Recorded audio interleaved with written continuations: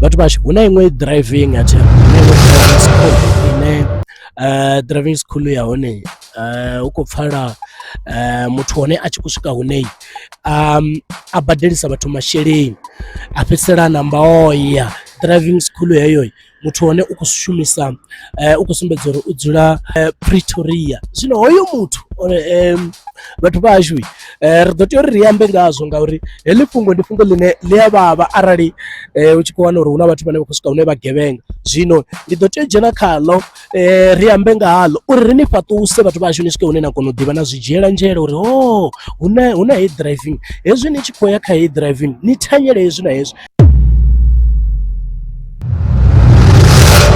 Arali ndi khou zwi humbula tshelede yawe yaho fhasi ya R5000. Zwino zwine vhone nda nga vha vhudza ndi zwa uri kha vha ri vhudzise, ri ḓo vha thusa nga dzi driving dzine ra wana zwithu zwone zwi tshi khou tshimbila zwavhuḓi. U swika zwino arali nṋe ndi tshi khou amba nga driving dzine nṋe nda dzi ḓivha dzine vha ḓa kha nṋe ndi ḓo vha vhudza dzone, ndi a dzi themendela. Huna driving ino pfhi ndi Ṱhompho Driving Academy ine wanala Pretoria, ndi driving ine i shuma zwavhuḓi nga maanḓa. Ha dovha vha na driving ino pfhi Elelwani Driving School, ndi iṅwe ya driving ine arali vhavenḓa kha vhaye vhathu vhashu. Havha na driving ino pfhi Edzisani Driving School, Edzisani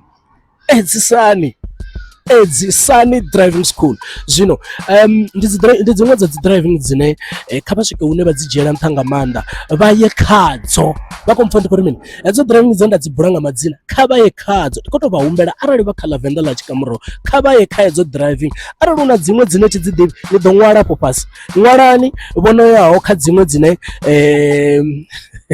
vhono yaho kha dziṅwe dza dzi driving dzine vha ri dzi a shuma nga maanḓa kana dzi khou thusa nga maanḓa, kana vhono tou fara na drivers license ine vha tou vha na show uri vha khou bva hone.